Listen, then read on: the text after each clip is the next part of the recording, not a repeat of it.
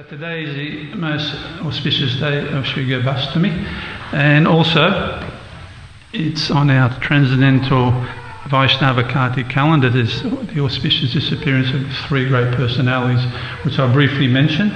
They should be mentioned. It's very auspicious to hear their names, remember their pastimes. These are our benefactors. By their grace, these great devotees of Chaitanya Mahaprabhu, only by their mercy and their followers, ultimately Srila Prabhupada, we are able to sit down and speak about Gopastami.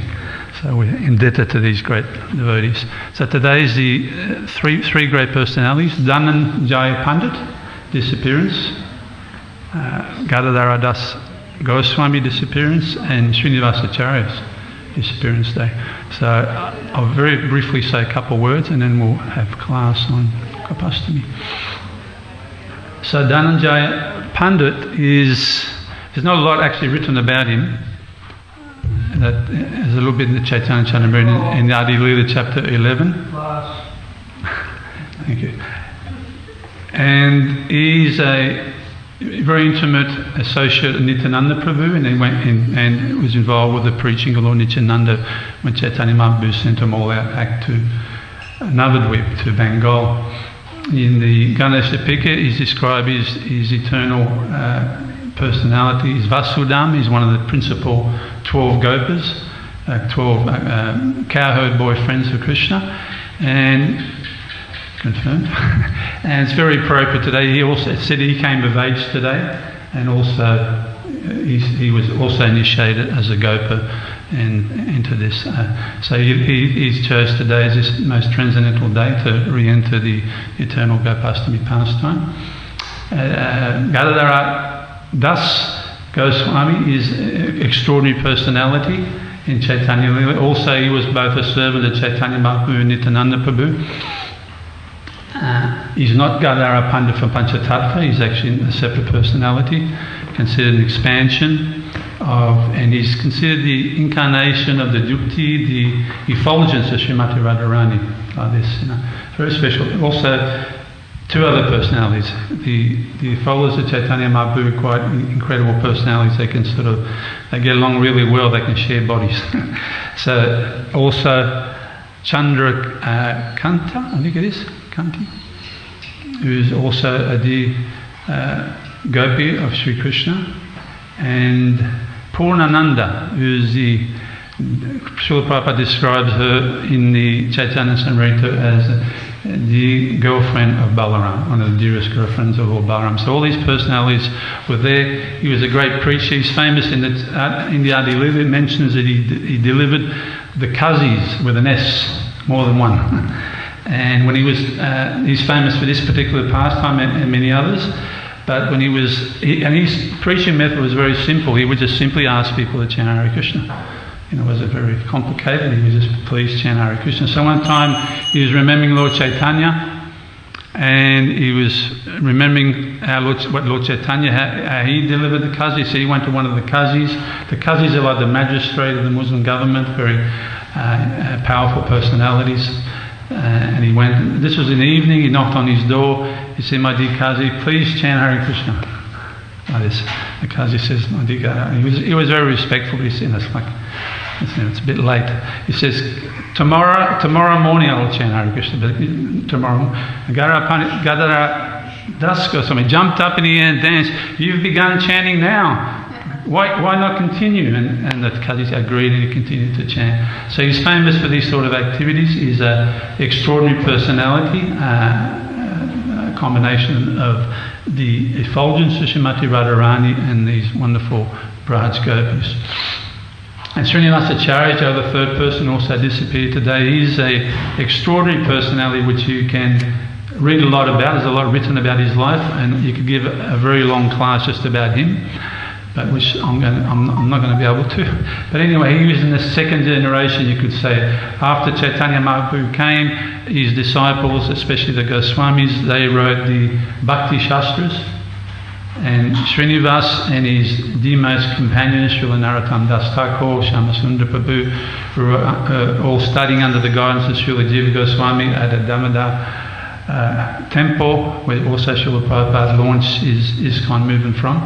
very wonderful sacred place. The Samadhi Srila Rupa Goswami sits in the centre courtyard there.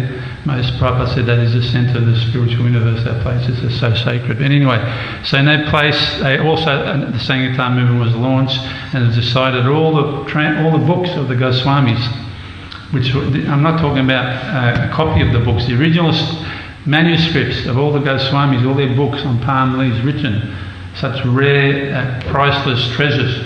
They decided they were going to be taken to Bengal, to all the devotees there, and mass-produced and distributed, copied. So a big bullock cart was given to them with 2 sets of bullocks and 10 guards, and off they went for months and months. Long journey. I'm going to stop at the critical point, because there was a very naughty king in that area with a gang of thieves that would watch the highways and would plunder and sometimes murder pilgrims and travellers. So anyway, guess what happened? Well, they were asleep somehow or other, and the 10 guards, they were managed, they stole those treasures, they stole those books, and they took them away. I'm going to leave it right there. If you want to know what happens after that, well, something good happens because we've got the books. But if you want to know what happens between now and then, you can Google it, find a reliable source, and read all about it. It's very exciting, very wonderful story. Yes, okay, so now we'll speak about Gopastami. Just got a little bit of time left. Sorry about the mark and replacing this canto.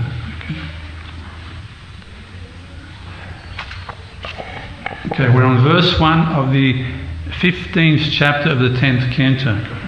Just realised I need glass. This is Sukadeva Goswami speaking. So all glories to Dhananjaya Pandit, Gadadhara Goswami and Srinivasa Acharya. Confirmed. Excuse me. Anybody know how to untie? Let's see. Hey?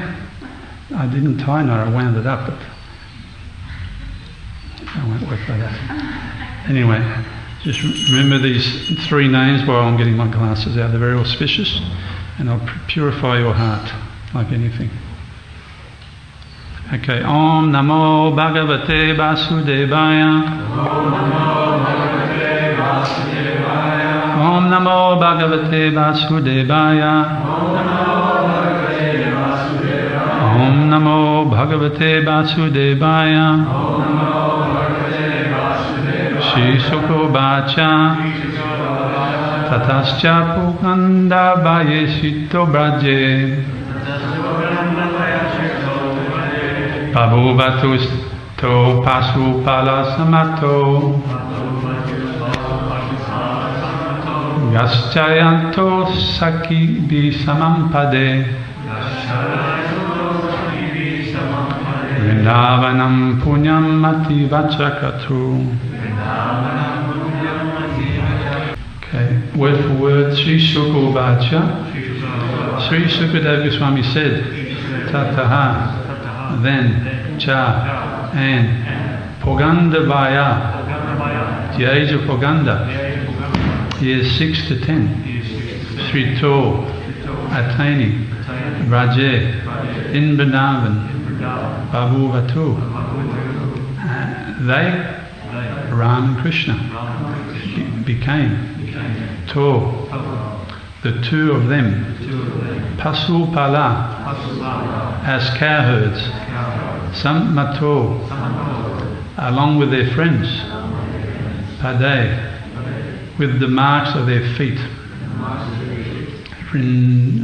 Vrindavanam, Sri Vrindavan, Punyam, auspicious, Ativa, extremely, Chakatu, they made. Translation and purport. This is by the chapter 15. This will be by the dear servants of Srila Prabhupada. Sukadeva Goswami said, when Lord Ram and Lord Krishna attained the age of Poganda, 6 to 10, while living in Vrindavan, the cowherd men allowed them to take up the task of tending the cows Engaging thus in the company of their friends, the two boys rendered the land of Vrindavan most auspicious by imprinting upon it the marks of their lotus feet. Purport. Lord Krishna wanted to encourage his cowherd boyfriends who had been swallowed by Aghasura and then stolen by Lord Brahma. Therefore, the Lord decided to bring them into the palm tree forest called Talavan, where there were many delicious ripe fruits. Since Lord Krishna's spiritual body had apparently grown slightly in age and strength, the senior men of Vrindavan, headed by Nanda Maharaj, decided to promote Krishna from the task of herding calves to the status of a regular cowherd boy. He would now take care of the full-grown cows, bulls and oxen, or bullocks. Out of great affection, Nanda Maharaj had previously considered Krishna too small and immature to take care of full-grown cows and bulls. It is stated in the Kartika Mahatmya, section of the Padma Purana, Suklastami Katiketu Shmita Gopastami Bude Tad Dinad Vasudevo Bud Gopa Puvantu Vatsapa.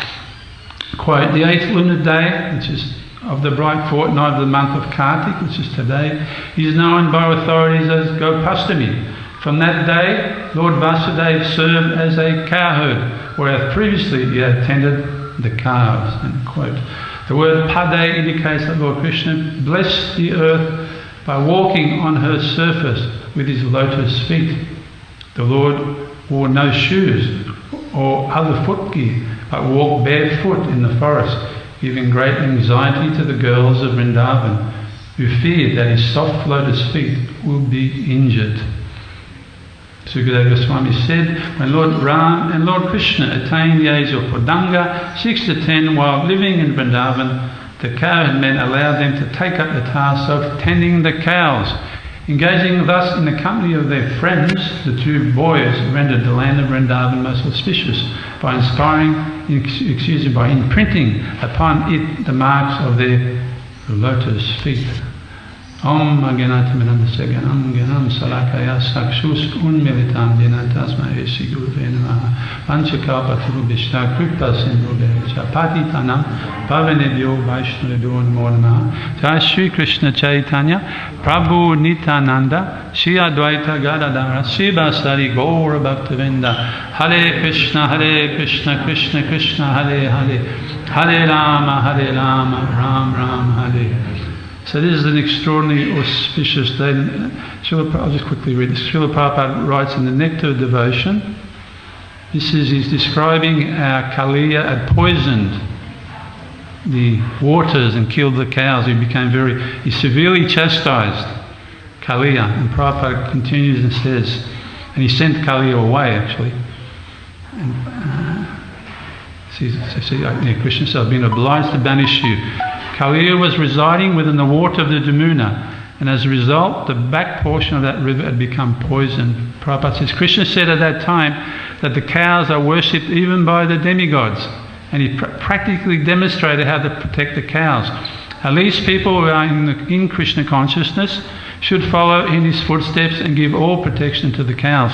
Cows are worshipped not only by the demigods, Krishna himself worshipped the cows on several occasions, especially on the days of Gopastami and Govardhan Puja. So on this day, all the boys are grown up. They're now in Vrindavan. I'll go back a little bit, so we have it's actually a beautiful lead up to this pastime. Before coming to Vrindavan, they were in Mahavan Gokul. This is where Krishna was first taken by Vasudeva from the prison of Kamsa, and they resided there. That's where all his childhood pastimes are performed, the Damodar Leela, all the stealing of butter and running into the houses of the gopis. Because Krishna at that point wasn't a cowherd boy or even a calf herder, so he was just always around and causing all sorts of problems. And there was also other problems coming from Kamsa and all the demons. So at some point, at a certain stage, Nanda Maharaj gathered all the cowherd men and all the senior ladies and all of the village came together, and they said there's a problem here. And amongst that assembly, it's mentioned in the Bhagavatam, the 11th chapter, the 10th canto, there was one elderly Gopa, cowherd man by the name Upanda. Upananda. No, Upananda, anyway. Upananda? He was Upananda. And he spoke. He was considered to be very mature, very knowledgeable, an expert with time, place and circumstance. And he said, it's been, he was speaking, he was saying, we've had this Rakshashi Purtana that almost killed Krishna Balaram. Then we had the cart that almost landed on Krishna Balaram. Then you had the whirlwind Trinivata that took him up. And somehow by the mercy of the Supreme Personality of Godhead, they were saved. But still, we think for this, even recently, there was the boys, these massive trees fell over, 2 big trees, and the boys were around them, in between them, and none of them were hurt. This is all by the supreme mercy of the Lord. But otherwise, I think my advice is we should leave Gokul for the protection of these boys. I know a very wonderful place between here and Nandeshwara, between Madhava and Nandeshwara, called Vrindavan. There the grasses are very sweet and wonderful, and the creepers, and there's a beautiful mountain, Govardhan, and the Jamuna is there, and we could go there and it'd be a very nice place. What do you all think? And they're all this happily said, very nice, very nice. So let's pack up right now and let's go. So at that very moment, they all got their bullock carts and gathered all their belongings, and all their clothing and personal belongings, packed them up, and off they went. Very beautiful procession. All the cows were in the front. How many cows were there? 900,000. 900,000. It's a lot of cows. Nanda Maharaj had 900,000 cows. So they put the cows at the front, and all the children, old men and women were on the carts, and everyone was chanting the pastimes of Krishna and Balaram very nicely. And Mother Yasoda really quickly jumped on the cart with Krishna and Balaram as well.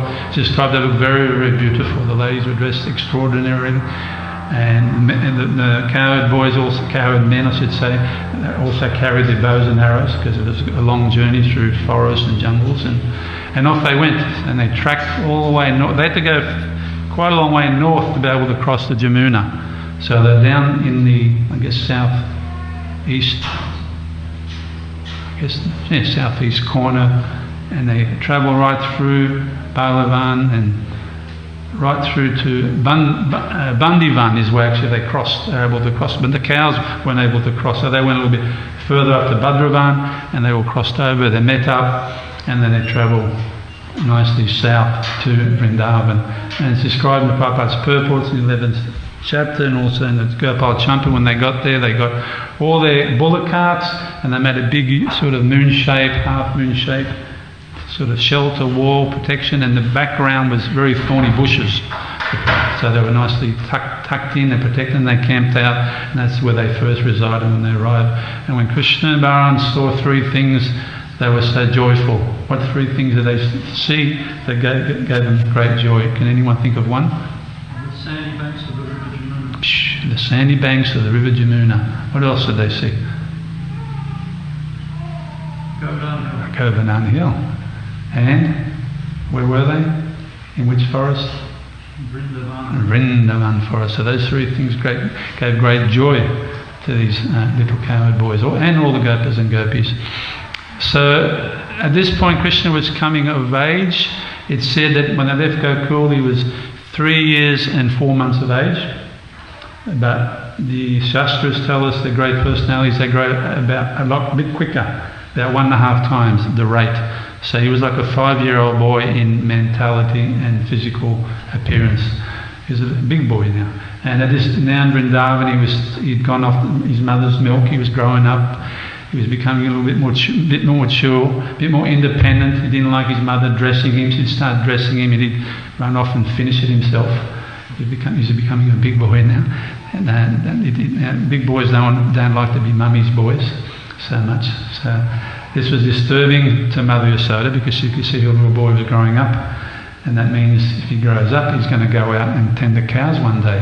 And if he goes out and tends cows, he's going to be gone all day. At the moment, they had Krishna with them all the time, constantly running around the house and the neighbours' houses and doing all sorts of naughty things, and catching the tail of, this is back in Gokul, the tail of the cows, and getting dragged around in the cow dung. Very wonderful pastimes. But now he's a big boy, getting bigger, getting a bit more mature, so he had a desire to go out with the cow. So he asked his father, Nanda, Baba, can I please go out And his father was quite happy, said, "You can come with us." So Krishna and Balaram and their friends started going out for some of the time with Nanda Maharaj.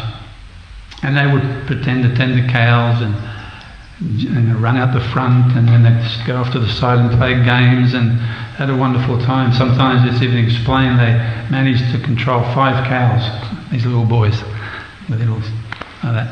Very nice. And then, but after some time, Mother Yasoda saw that she pulled Nanda Maharaj aside. She was going a bit of a working over. She wasn't too happy. She said, "These little boys are so little, so small. The cows are huge, and they've got big horns and feet, and they swish around, and they can get hurt. They shouldn't be out there like this, you know.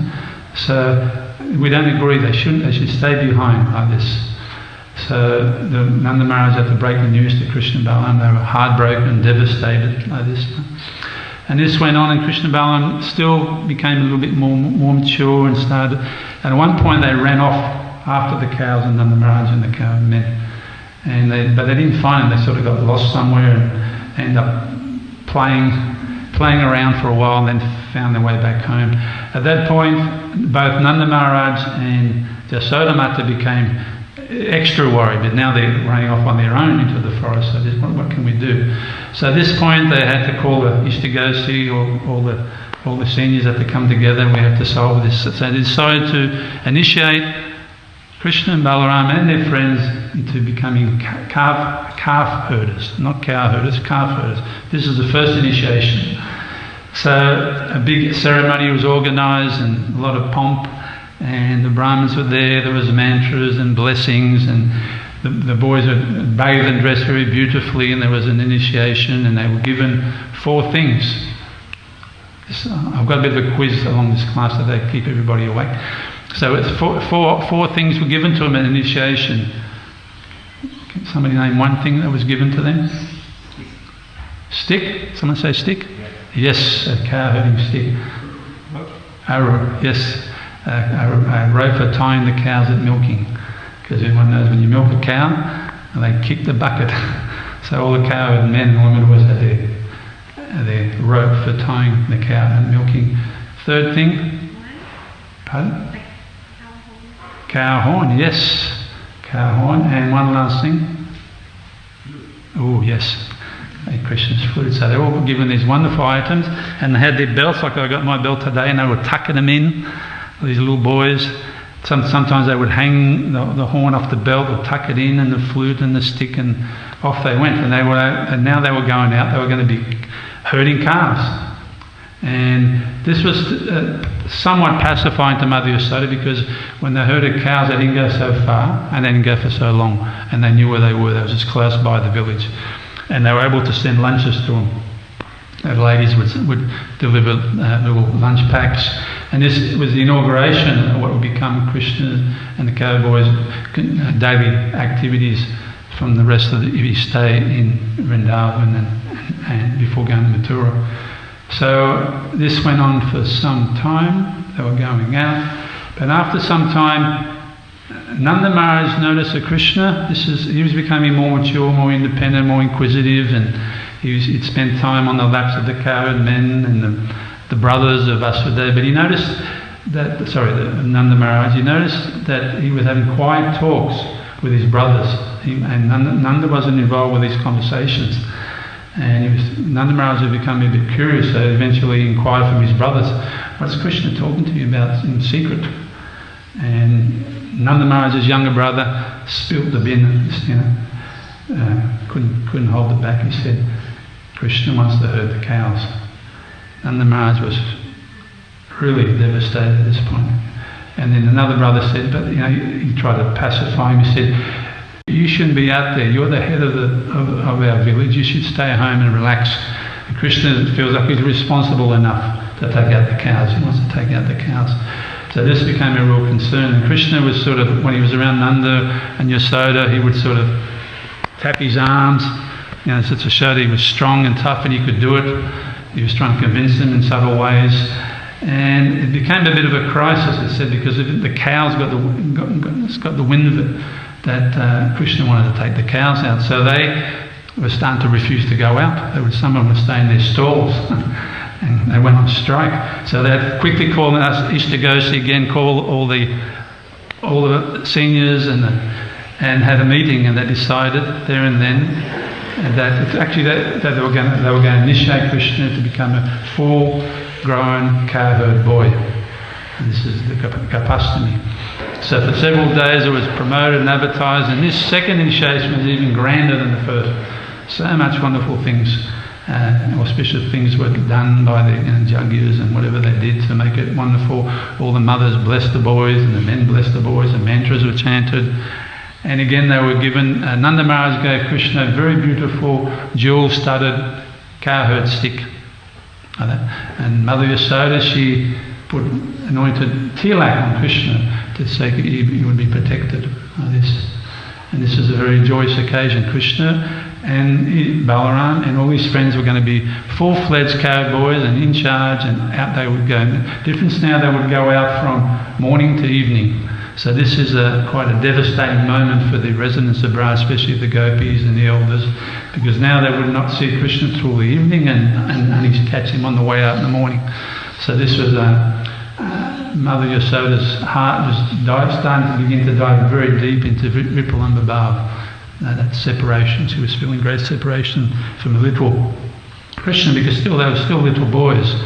So Mother Yasoda, she said to Balaram, when you go out, you stay in front of Krishna, Subal, you stand behind, and Sridham and Sudama, you go on either side. And all you boys, you stay around Krishna and don't leave him for a moment.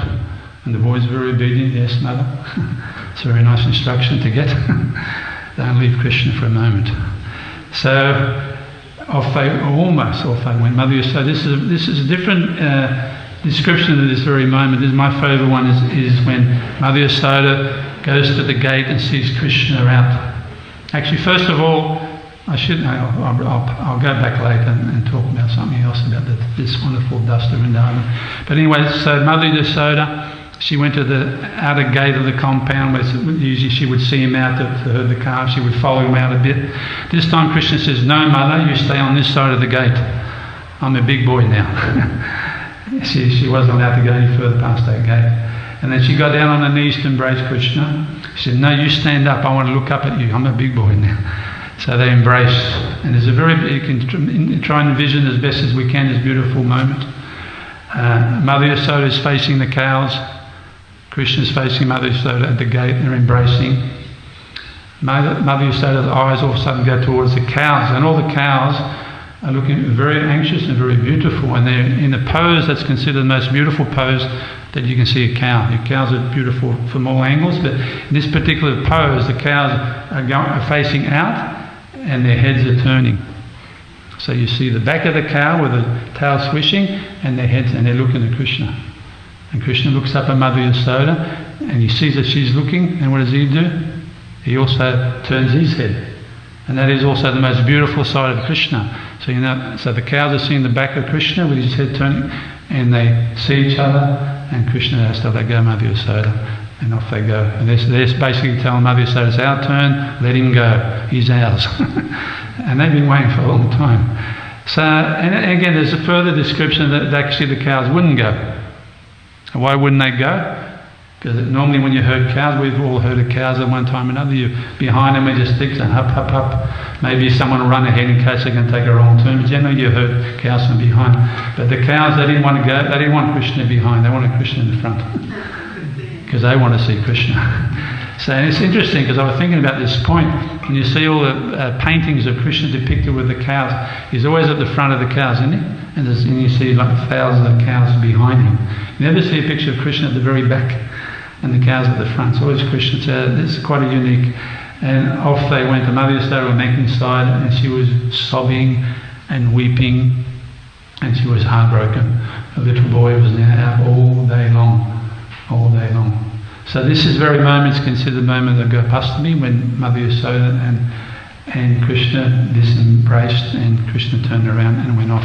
Very glorious moment. I'll also talk about what's mentioned here, because we've got a few minutes, about these beautiful footprints of the Lord.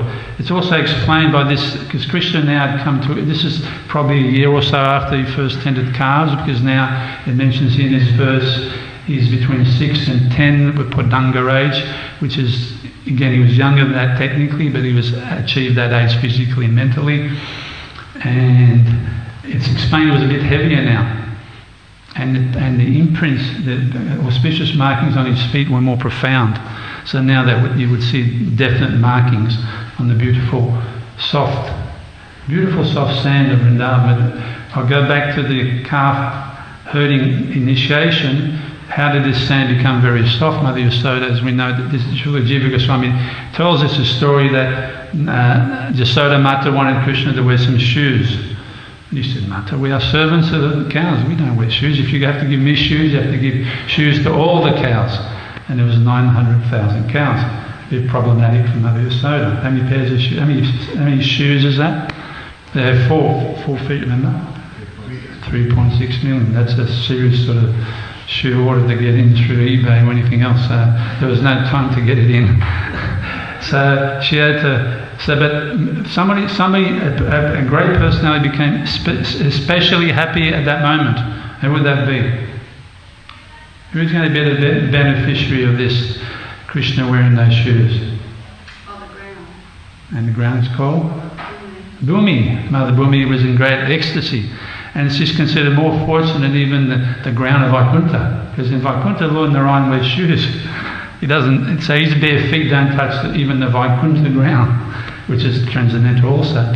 So Mother Earth, where the Vrindavan Dham had manifested on that earth, was going to be able to constantly have those beautiful, soft lotus feet all over her.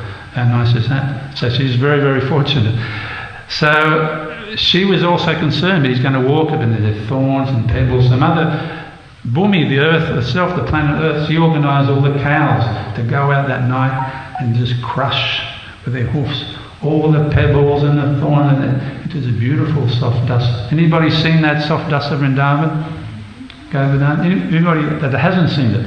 Put your hand up if you've never experienced it and touched it. A few of you. Well, you're very lucky. I brought a sample for you today of Govardhan soft dust. So maybe after class you'll be able to see it and touch it and put some on your head. So just like you've been there.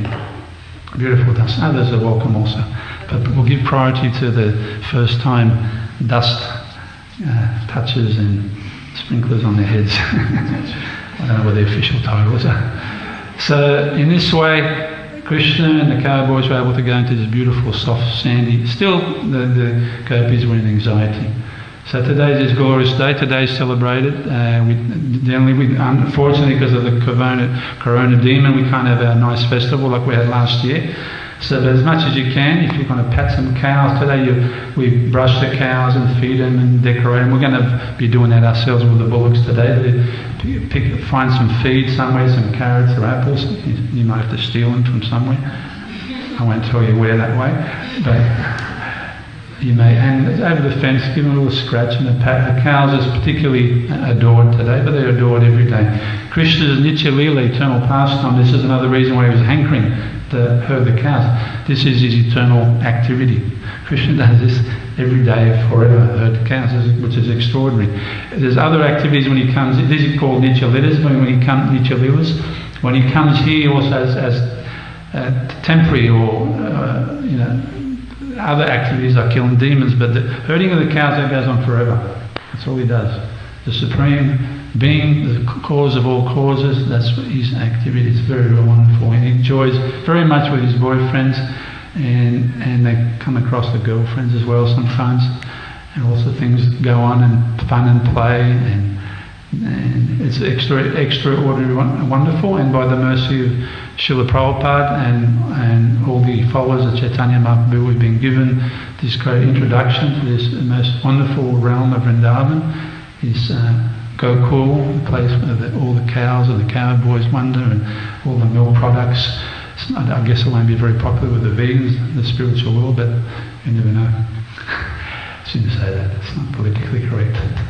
So, and also, I'll quickly mention, we've got 30 seconds. that today, which is 4 days after Srila Prabhupada, this is mentioned sometimes when these classes are given. Also, Srila Prabhupada was asked on Gopastami when Krishna he was given a name, Krishna. What was his name? Given second initiation? That's one of his names, but he was given another name. This particular initiation, second initiation. Gopal. So they asked Srila Prabhupada, how about Balaram? What happened to him? And Prabhupada said, Balaram, he's a ploughboy. He's a ploughboy. What's the name for the ploughboy? Balaram's name, initiation on this day? Halada. Yes, Halada. So he got given the name Halada. So anyway, 4 days, I just want to mention that. They were initiated also, Halada. And he took all the bulls out also, the bulls. And Prabhupada was asked about cows. He was talking about cows and someone said, what about the bulls? Prabhupada says cows means cows and bulls and calves and old cows and young cows. It's one word meaning all of these. And they all went out that day. That mentions in the purport, the cows, the bulls and the bullocks.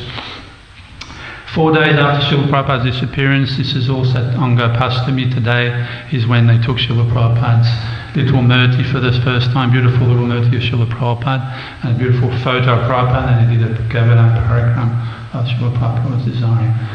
So we thank Srila Prabhupada for inviting us, introducing us to this beautiful realm of Vrindavan and his pastimes, which is not usually accessible to ordinary living entities. So we're very grateful. Shri Gopastami ki jai, Srila Prabhupada ki jai, Krishna's cows ki jai, Gauramanandi. So those who want to witness this very beautiful dust, you've got to see it. It's so nice. Joyce already told me about it, so you can go first. I have many dusts in here, but I'll find the Govardhana. I think this one's Rupa Goswami's. I think this one's Rupa Goswami's foot washing area.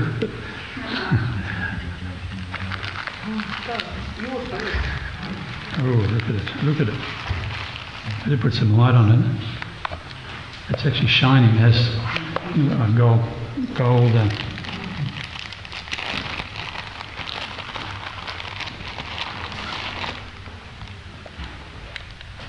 How beautiful and soft this is. What's that? Anything extraordinary? Vrindavan dust, put that on your head.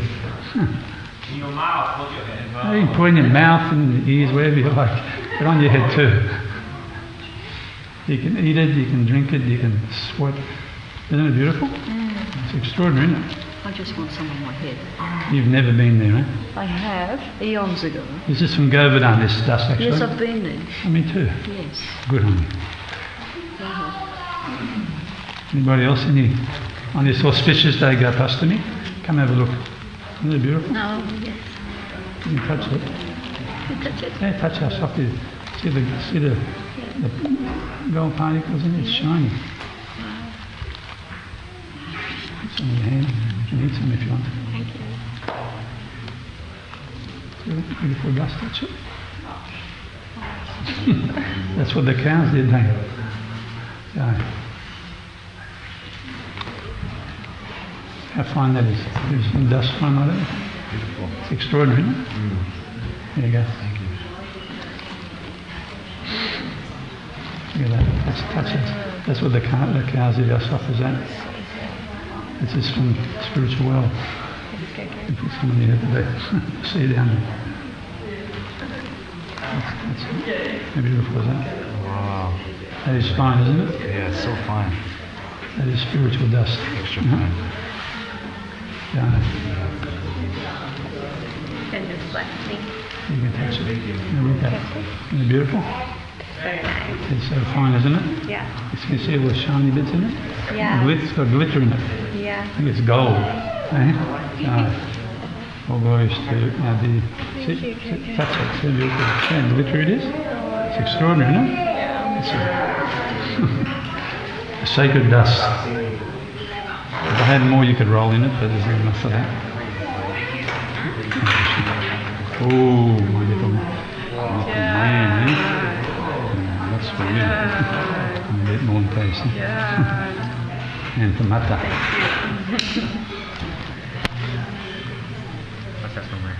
Yeah, touch it.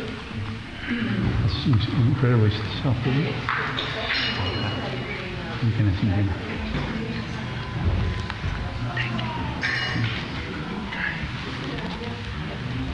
Want to see it? You can touch that. See how soft that is. It's extraordinary. It's the sacred dust of Govardhana. Thank you.